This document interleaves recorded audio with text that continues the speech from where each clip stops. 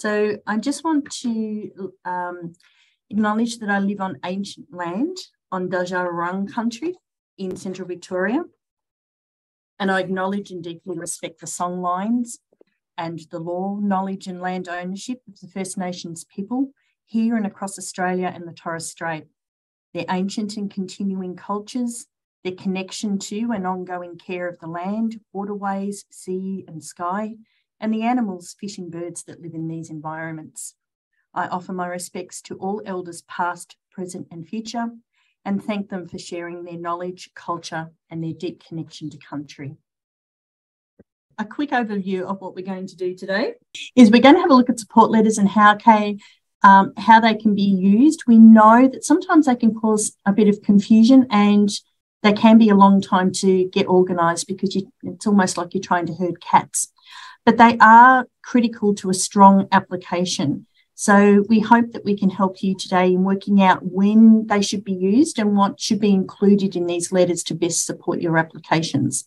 So we're going to cover different types of support letters and when they're best used, what we look for when we're reading a support letter, and possible alternatives that can help support your project. And then hopefully we'll have some time for a bit of Q&A. So let's go through the main types of support letters. And yes, excellent. So the most basic of the support letters is a support letter for a project. And these demonstrate that there's a community need or a benefit and the community members are wanting this type of project. We really highly value letters from members of the community that give voice to your project. And it shows that there's a need, there's a want, and that other members in the community are aware of what you're trying to achieve. The other type of support letter is a support letter for the organisation. You can think of this like an old-fashioned character reference. It endorses the application, the organisation that's applying, and it provides testimonials from people who may have received services from your organisations or would vouch for your organisation if we gave them a call. Lots of things that can be considered letters of support, a handwritten note from a community member, emails that you might have received, positive comments on your Facebook page. Then we move to some more specific types of support letters that provide certain levels of evidence for us. So one of the most common is evidence that an auspicing arrangement has been agreed to. That's where another organisation is the legal entity and would be receiving the grant funds on your behalf. A support letter evidencing this auspicing arrangement is definitely required, and we do have a template for that on our website. A support letter is also required when the funds requested are for capital works or infrastructure that will take place in or on a property that is owned by somebody else. So we need to have that evidence that permission has been given. And the final type of letter of support, in inverted commas, I suppose, for the purposes of today, is one that provides evidence of a need or a gap, a request from the broader community. So a single support letter may include one or all of the elements of the examples above, but we'll start really simple and have a look at examples of each and when they are used to best support an application. Right, so for today, we're going to look at examples. No, we're not. There we go. We're going to look at some examples from groups that are very active and connected in the fictitious town of Pingu.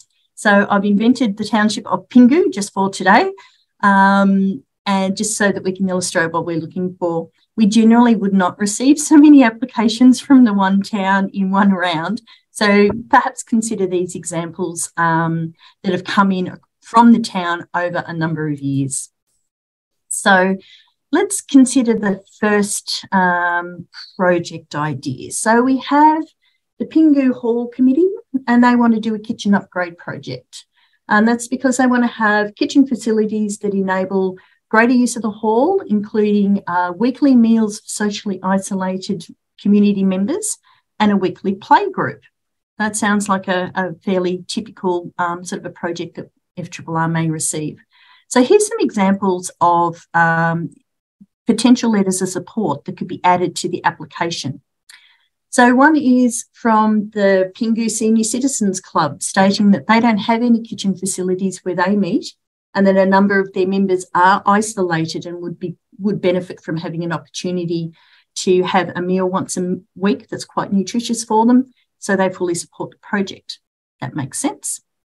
The next one, from the president of the Little Pingu Playgroup, saying that they'd love to relocate to the hall if there were appropriate kitchen facilities that will allow them to extend their sessions. They could have morning tea, give adults time to talk and create those really good, meaningful connections and peer support, and allow the playgroup to thoroughly clean the equipment before they pack up. Again, they support the application because their current meeting location will be needed by the school next year. So both of those examples are specifically from two groups that would benefit from the project that the hall committee are wanting to put forward. It's not just the hall committee saying, we'd like a flash new kitchen. There's a reason why they're needing the kitchen facilities, and it's going to have a broader benefit through the Pingu community. So we'll have a look at a different example, a support letter for the organisation itself. So this time we're going to look at the Pingu Men's Shed, and they want to upgrade their tool stash by purchasing some bench top metalworking tools that are going to broaden the types of projects that they can do.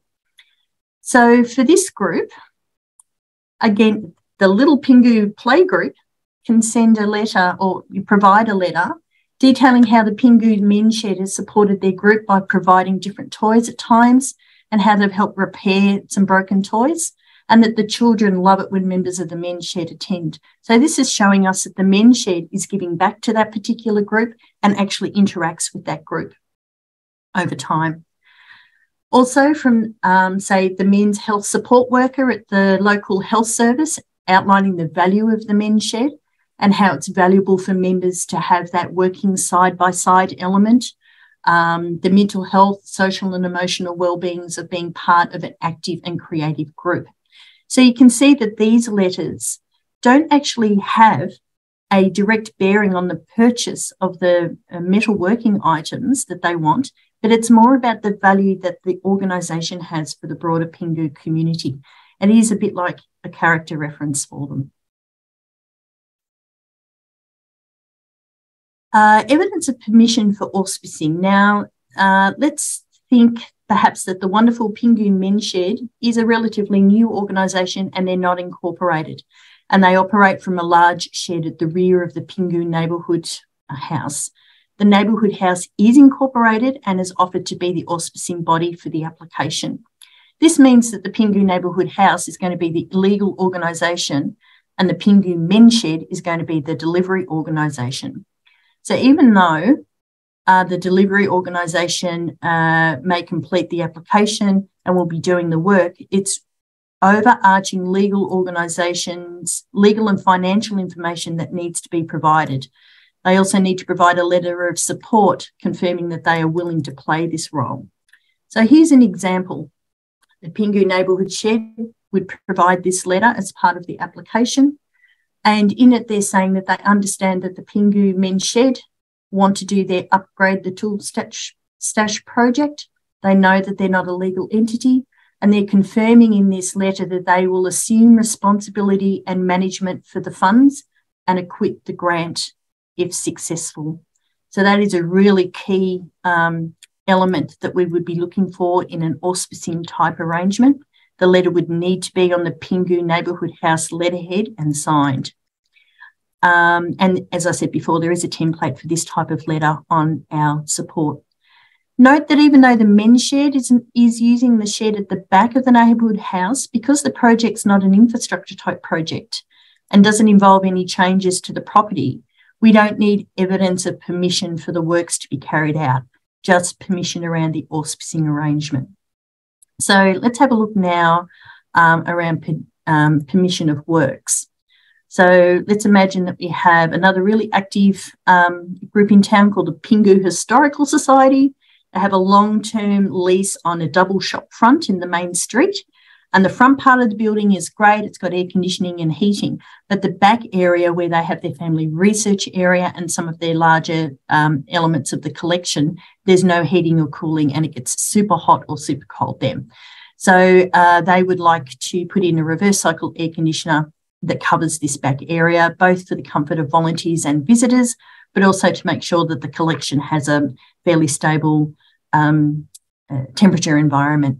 So a support letter in this instance is required because it's going to be changes to the infrastructure, some capital works on property that is owned by somebody else. So we need to know that the owner is aware of the proposed works and gives their permission. This is a really, really simple letter.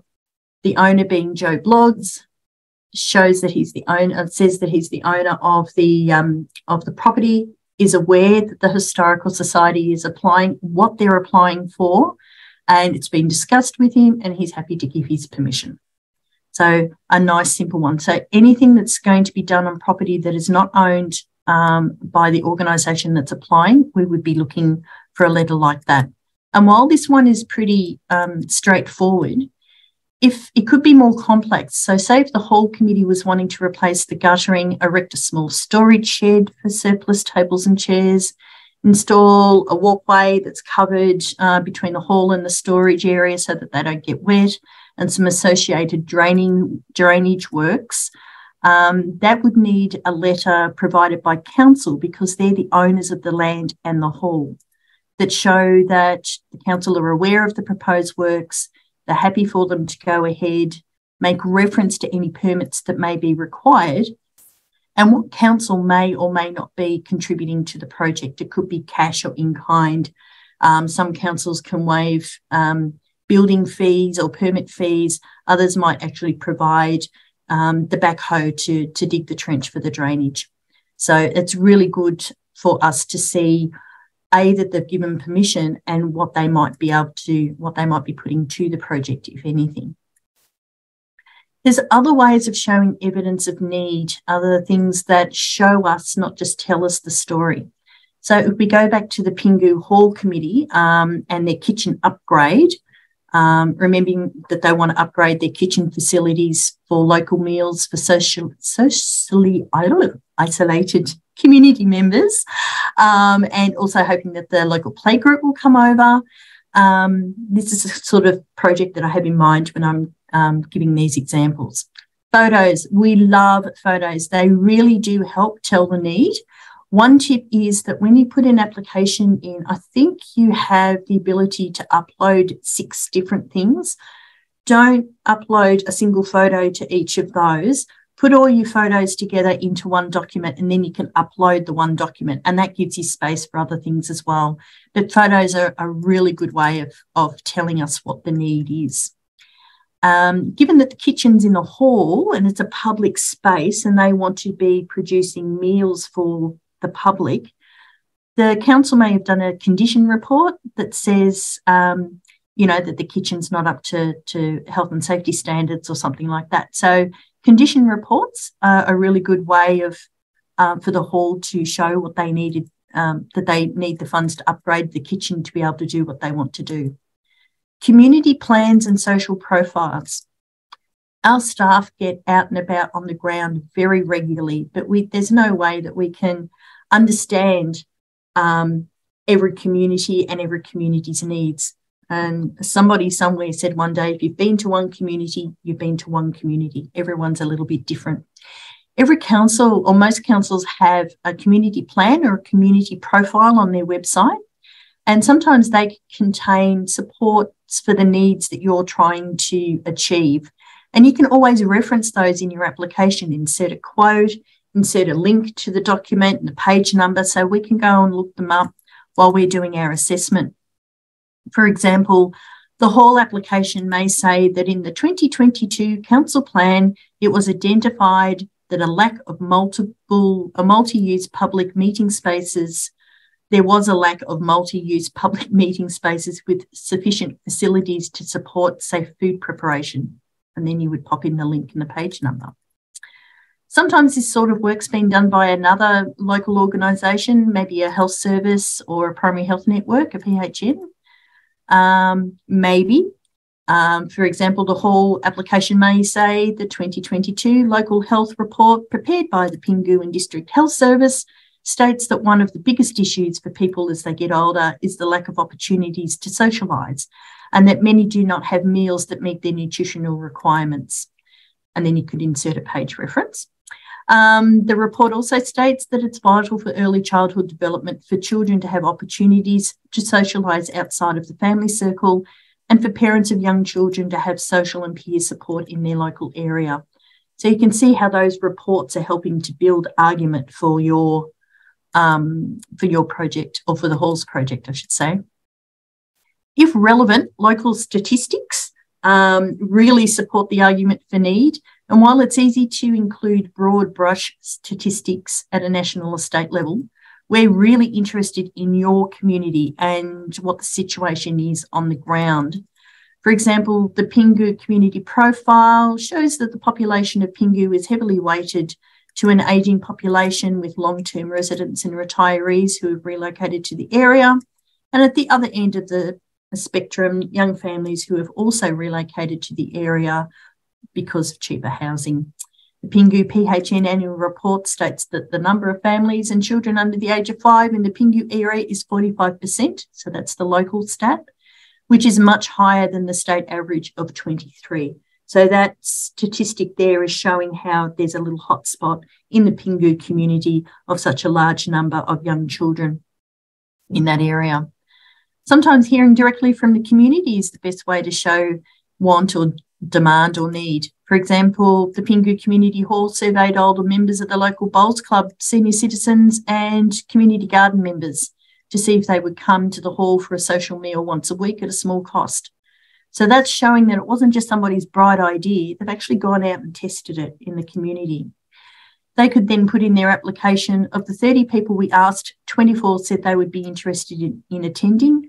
We also attended the local playgroup, which currently meets in a room at the local school without kitchen facilities.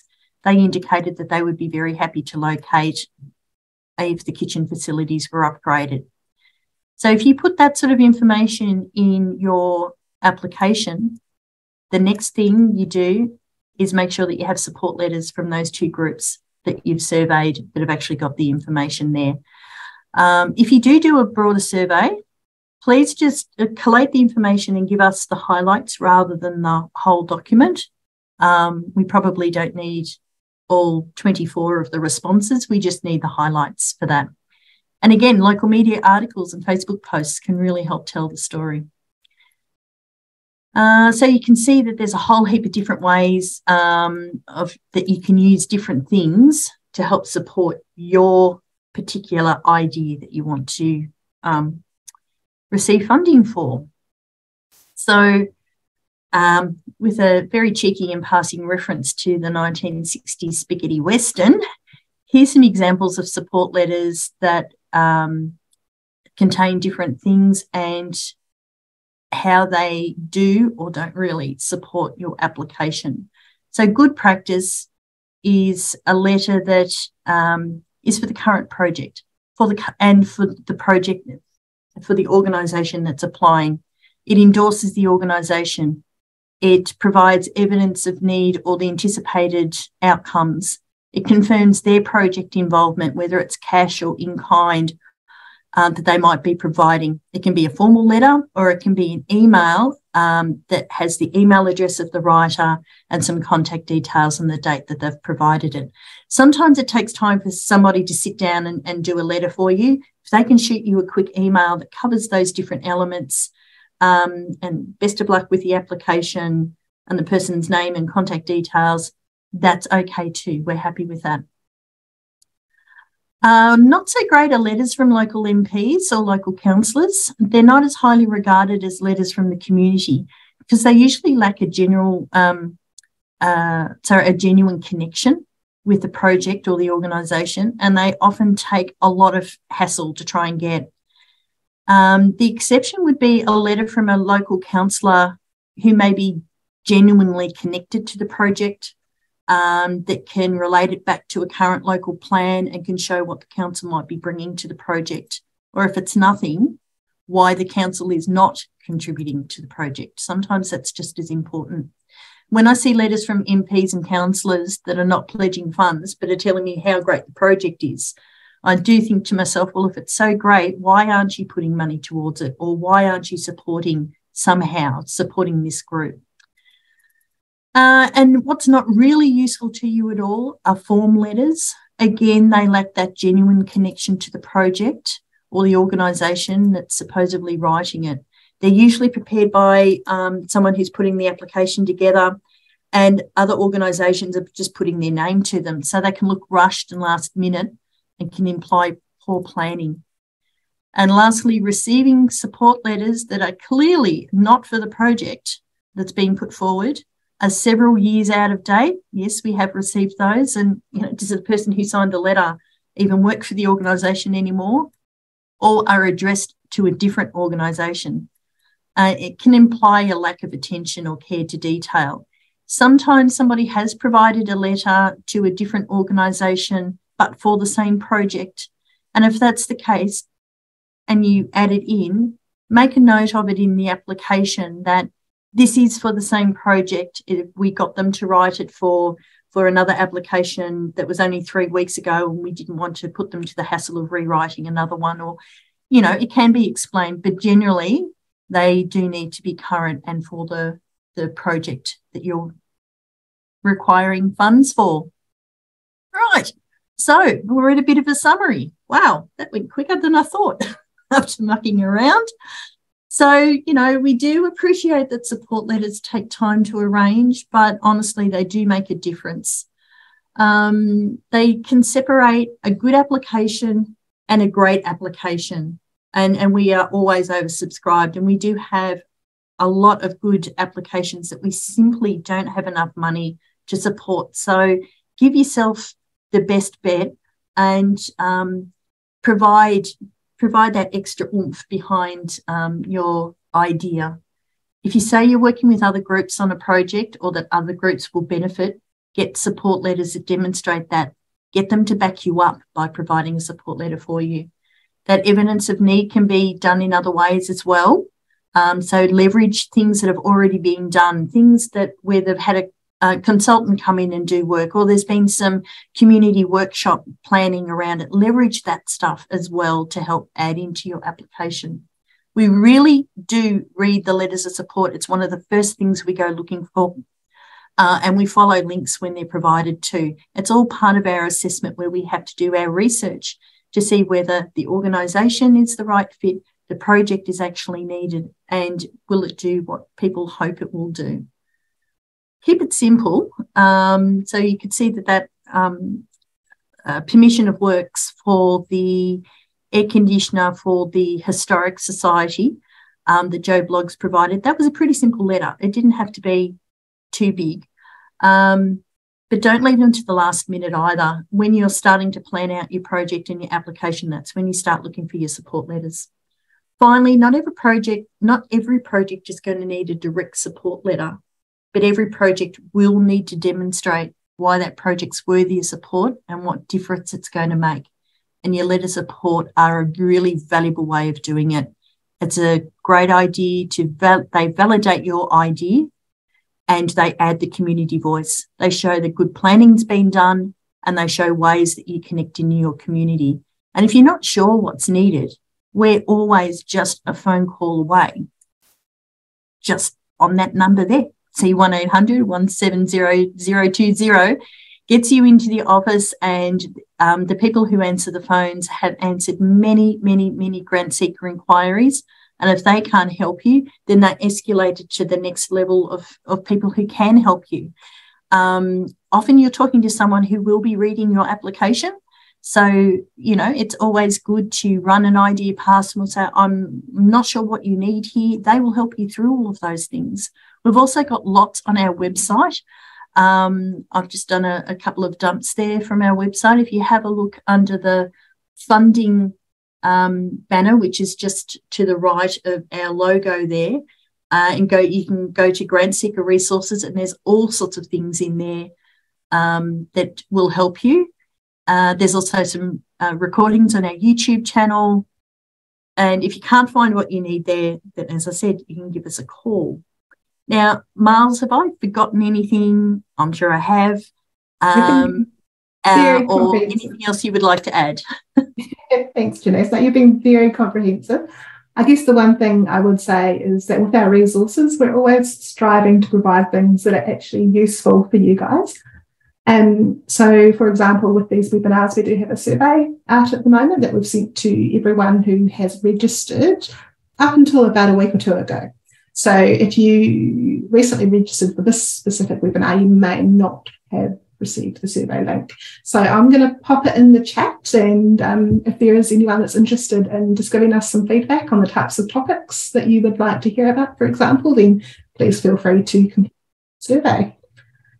But I think aside from that, Janice, you've been very comprehensive and you've done an amazing job. To be honest, you've for someone who's relatively new to the organisation myself, you have helped to clarify things for me as well. So thank you.